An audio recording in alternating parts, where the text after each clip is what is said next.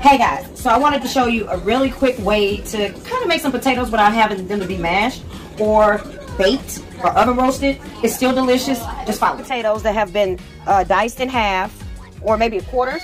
Yeah, of course. And these were boiled until they were very soft with salt. So this is what I do to them when I'm trying to mix them up.